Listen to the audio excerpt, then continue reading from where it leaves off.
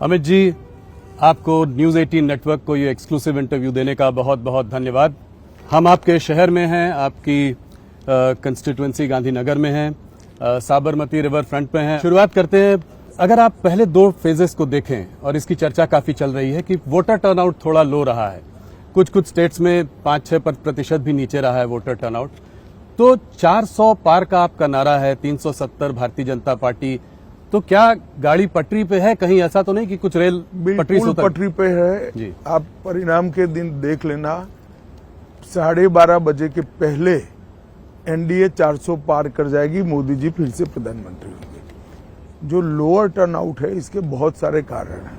12 साल के बाद मतदाता सूची का शुद्धिकरण हुआ है, एक। दूसरा कारण है कि सामने से कोई लड़ाई ही नहीं है, जिसके कारण टर्नआउट पर एक प्रकार से इफेक्ट होता है।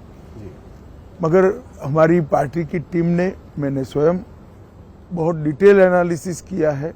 हम 2 चरण में 100 पार कर 100 से भी कई अधिक सीटें जीत के साथ आगे बढ़ रहे हैं तीसरे चरण में। तो मुझे 400 पार के लक्ष्य में कोई दिक्कत नहीं दिखाई पड़ती। पहले शुरुआत करते हैं अमित जी, मुद्दों पर। कौन से ऐसे मुद्दे हैं जिनको लेकर भारतीय जनता पार्टी आज तीसरी बार लोगों के बीच जा रही है? किन उपलब्धियों को आप संक्षेप में बताएं कि किन उपलब्धियों को लेकर आप जनता के बीच उतर रहे हैं? देखिए, सबसे पहले इस देश में से आतंकवाद और नक्सलवाद, ये 2 ऐसी समस्याएं थी जो कई दशकों से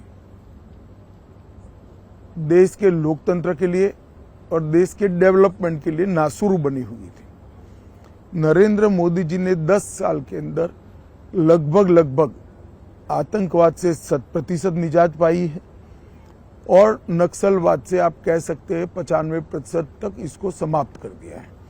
आज बिहार, झारखंड, मध्य प्रदेश, उड़ीसा, तेलंगाना, आंध्र प्रदेश, महाराष्ट्र, ये 7 राज्यों में से नक्सलवाद पूर्ण रूप से समाप्त हो चुका है।